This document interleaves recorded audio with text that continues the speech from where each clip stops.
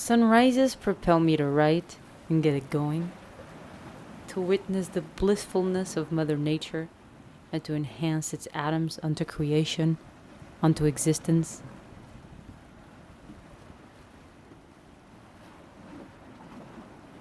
If 99% of reality is energy, or even more than that, actually 99.9 is energy, and only 0.1% is matter, then literally, why does this matter? Why does it matter?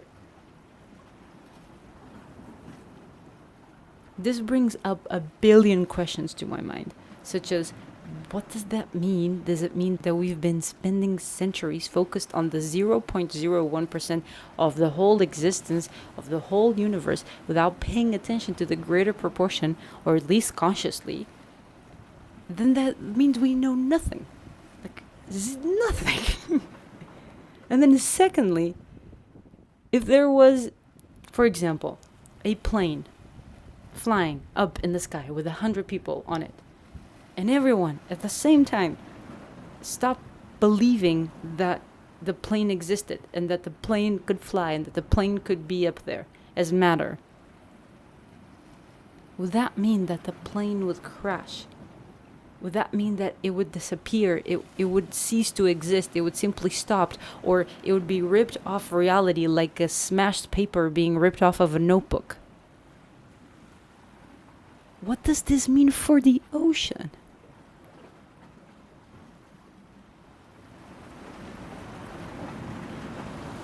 Does it have any substancy? What does this mean for our consciousness? That we are conscious beings and we're putting our attention on things that don't have meaning, that are simply only a fraction of reality?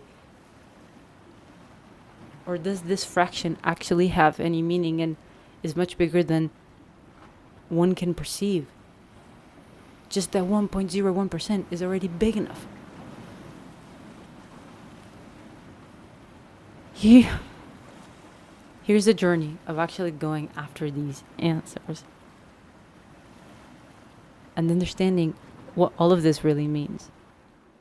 Thankfully, I got to talk to some skillful and pretty brightful people who put an ease to all of my questions. Welcome.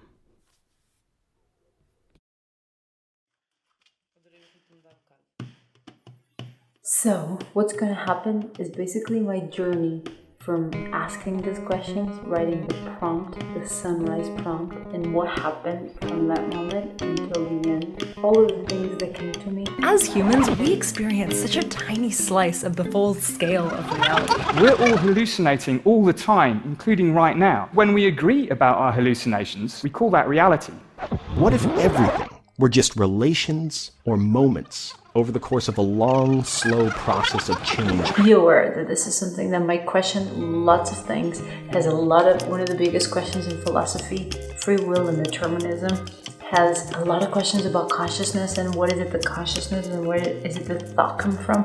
What is it the will behind this? So this is something that is incredibly deep, and make sure that you are in a good mental space to ask these questions and to go after these answers with me in this video. If not, maybe you can watch this later on in your life when you're ready for it, because it's gonna be a journey, all right? And it's gonna be a strong one. But if you're ready for it, I think it's gonna change you like it changed me forever. Yesterday, I recorded a poem on reality.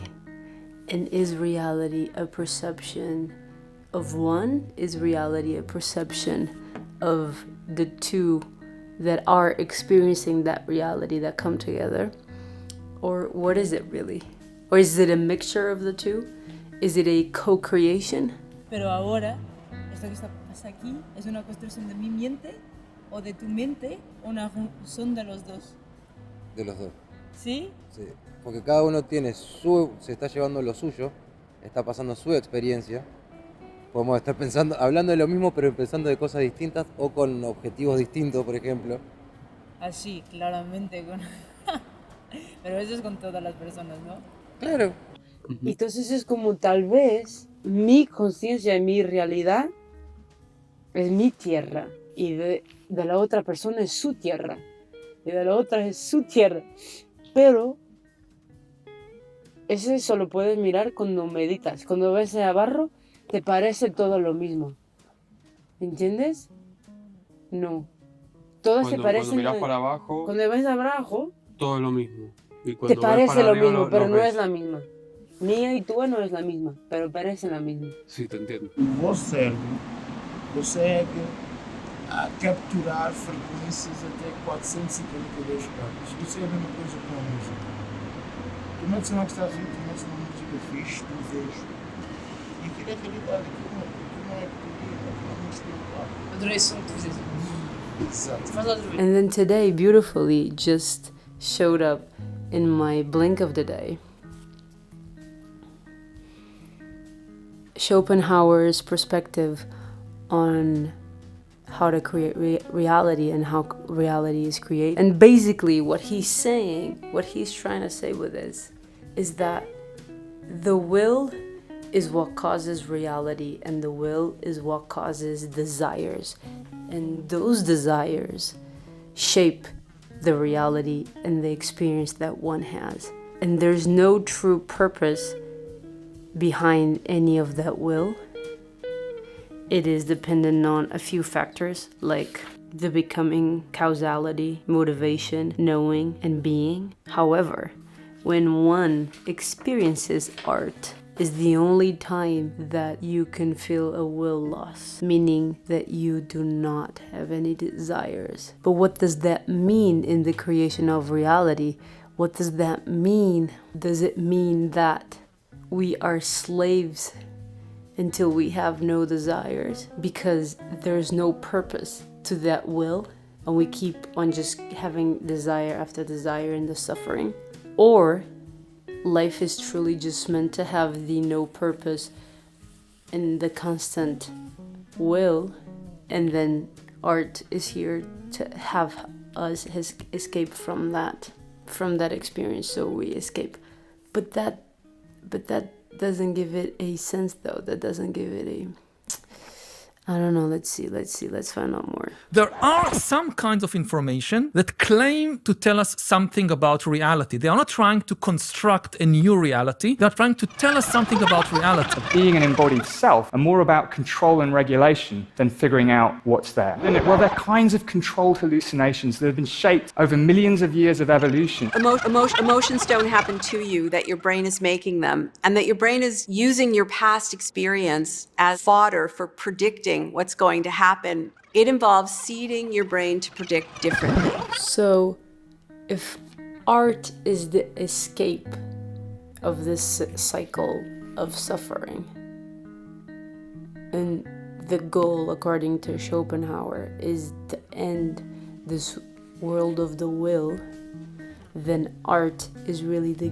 gateway to these higher realms of consciousness. Is it the only gateway? I'm not really sure, but Ultimately, Schopenhauer's ethics are grounded in a deep sense of the unity of all existence and the illusory nature of individuality by recognizing the shared suffering of all beings. Mas para além disso, tipo, o que é que eu e tu, estás a ver, temos de fazer?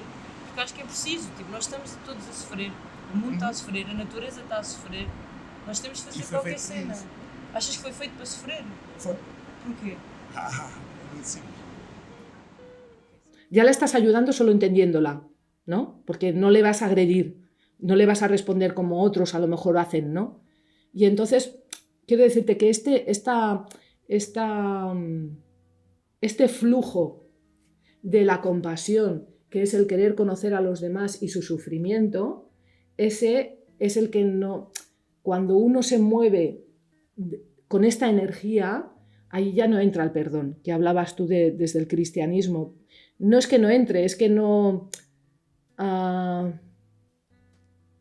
entiendo qué es lo que te está pasando porque me he puesto en tus ¿cómo se llaman? Tus zapatos, ¿no? Sí, porque he entendido lo que te pasa. Entonces es una situación de sabiduría realmente. La compasión es una situación de conocimiento, de de adaptación a la verdadera situación, de entender qué es lo que está pasando de verdad. He was also saying that compassion is the base of all morality. Compassion for others and compassion for their suffering and compassion for their world of the will, their slaveness of the will. Okay, so that individual and being an individual is an illusion. So basically we're all chained to this will, but we also all come from this will. When we penetrate the illusion of individuality and recognize that all beings are manifestations of the same will. Okay, so not necessarily art, but art is what brings the asceticism that he was talking about. Wow, so the liberation from suffering, I love that. So when one does find himself liberated from the sufferings of the will, or the liberation from the suffering itself, how is reality then created? If it's not a product of the will anymore, what is it a product of? So that would be an interesting conversation to have with someone that would know and that would be able to bring this idea forth. That I would love that.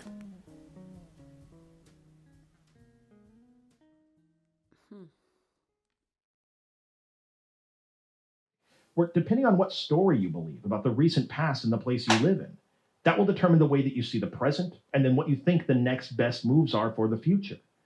But if nobody can agree on what their history is, then history isn't a meta-narrative anymore that unifies a society.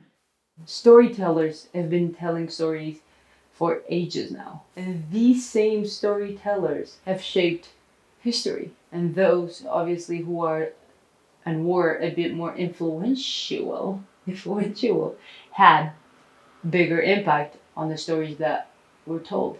But that was never the story of the majority of the people. Es la primera vez que ha tenido una opinión, tal vez, o una perspectiva más obrera, más cultural, como de la calle, un poquito, sí, de qué estaba pasando realmente. Sí. Porque lo que nos he transmitido, sí, es la tal que estás hablando, la burguesa, sí, pero creo que es un poco ilusoria, ¿no? Sí. Que no es la verdadera del país. En todo caso, no es la única, eso por supuesto, ni siquiera cuantitativamente.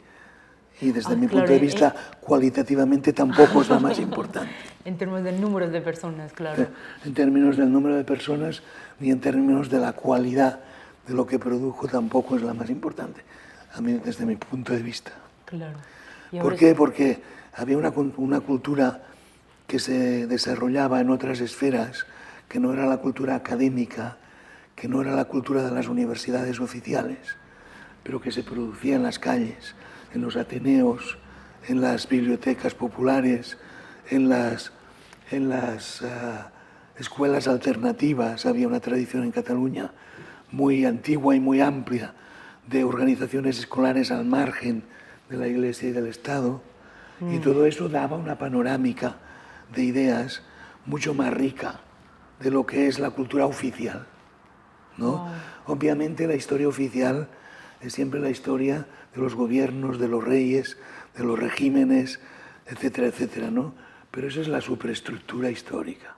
Vale. La historia que realmente cuenta es lo que pasa con la mayoría de las personas, lo que hacen, lo que dejan de hacer la mayoría de las personas que habitan un país, no los núcleos dirigentes o las élites directivas.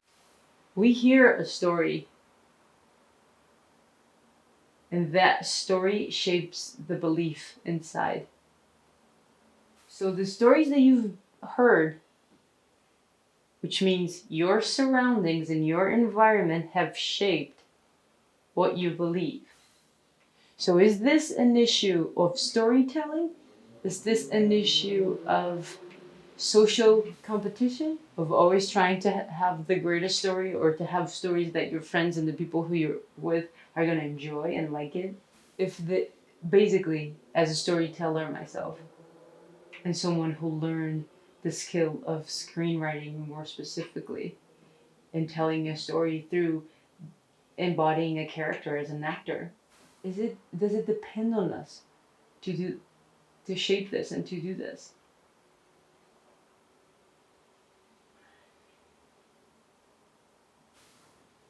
maybe the stories we're telling each other.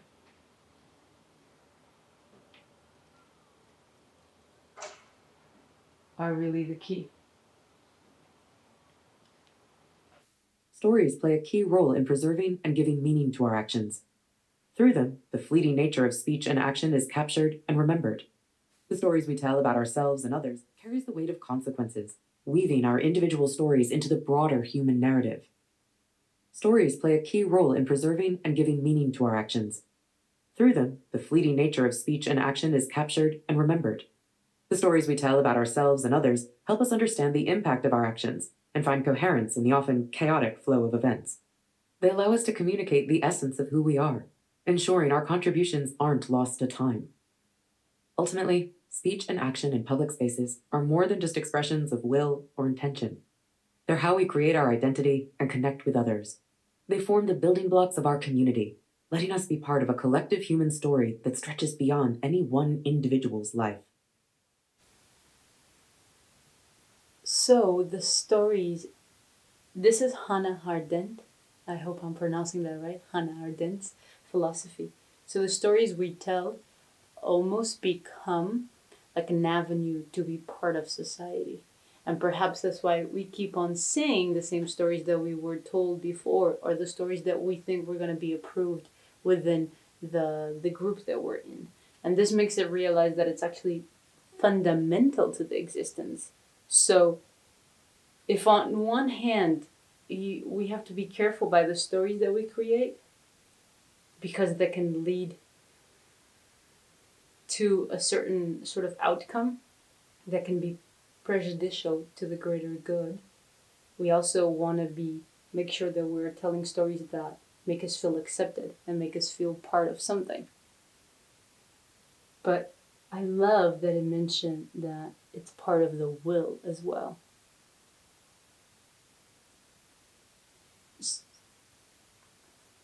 I'm not even sure what to conclude from this. That the stories are the key. But should one, in order to level up this show, always to level up the consciousness. So the question here almost goes to the bottom of free will or determinism. In order to create your reality, you tell stories? Do you tell the stories that you are already predestined to experience because of your surroundings and the people that you're with? Or do you create your stories and you do them so that you have this fundamental participation in society, and then it's malleable and maybe you can find ways to tell stories that are actually good. They don't perpetuate fear, one, which is the most important thing. Even though they might be true, they don't perpetuate fear, which I think is the most important thing. And they don't stimulate and grow stereotypes and hierarchies. But I also have come to know, and this is something really interesting that I noticed when I was doing an improv workshop about 1.5 years ago in Lisbon. It was about the characters that you can play, the Shakespearean characters. And at the end of it, I was going through a phase of very deep conversations, and even the teacher told me, "Wow, Elle, that's really, really deep. I don't know what to tell you." But my reflection and my realization that I brought to the group was, so are all of these social classes and all of these social differences that we have created, that we literally have created in this collective that Hannah Arendt is talking about, just ways and methods for us to be able to laugh at ourselves and to be able to, because once you really go to the bottom of these characters and to their essence, so this one, nobleman, wants to be loved and in love. So, and these things, when you enter on stage with these wants and with this sentences of, I am the noble man, I want to be loved. You don't say it like that, but you enter the stage with this sort of intuition and this sort of and this intention, basically. This creates the relationship And the difference of the relationship is what makes the audience laugh. And I remember reflecting and saying, so are these differences all that they're meant to teach us? Like, are they here so that we can relate to one another in funny ways and in ways that we feel each other? Because they're everywhere. Everywhere in the world, almost every society has these social classes. But this is interesting. And how does it relate to the atom? Because, like Schopenhauer was saying, if the atom is the constant free will, and you can see in the behavior of the atom that is the constant like energy back, and the constant circular around the nucleus. If atoms are all around us, and if our bodies are atoms and their empty space and our fractals, then is it even possible to leave this cycle? To Schopenhauer, through art. But I think it's even deeper than that. I think it's through the stories that we tell. Not only art, because by art, that's what you're saying. You're telling a story. In all the different any art form that exists, all you're doing is telling a story. So maybe art is the tool to tell the right stories. And art is the tool to create the right, and not right because it shouldn't be right or wrong, but the most cohesive and the greater realities that benefit the most people. And that ultimately don't limit other people's lives. I think that's where the message of this video goes, is that your reality shouldn't be limiting of other people's reality. Even though that's pretty hard. Let's go back to the atom. Let's see what they have to say about the creation of reality through the atom and through understanding empty space versus the 0.1% of matter, and how the empty space, when you access it through art, is really limitless in the things that you could do and the things that you can create. Let's see. But this comment just like hit me so deep, and I think it puts it in such beautiful words, exactly what I think this show can do and what the comment section can do. Because if people come together with these sort of comments and with this sort of wisdom and information, which is what is being talked about in this video, I believe that a new set of information is going to be shared with the world, and therefore a new set of, I think it can lead to new sets of realities, which is ultimately what I believe the world needs. But I'm going to read it. It's by James R. Watson X. As a collective, our evolution hinges on the truths we discover and share together through our actions and communication. These shared truths form the foundation of our progress. Any other information, if it isn't part of our shared journey or isn't relevant to our evolution, is just noise, subjective and ineffective. It doesn't clutter or harm us because it lacks the power to shape our collective reality. The real danger is in assuming that this junk information holds the same weight as the truths that genuinely contribute to our collective understanding and growth. Truth that matters is discovered in our shared experience and connection with the world. Damn, I would put up on this fucking wall. I love it. This makes me like stutter. The it's just that wow. Beautiful.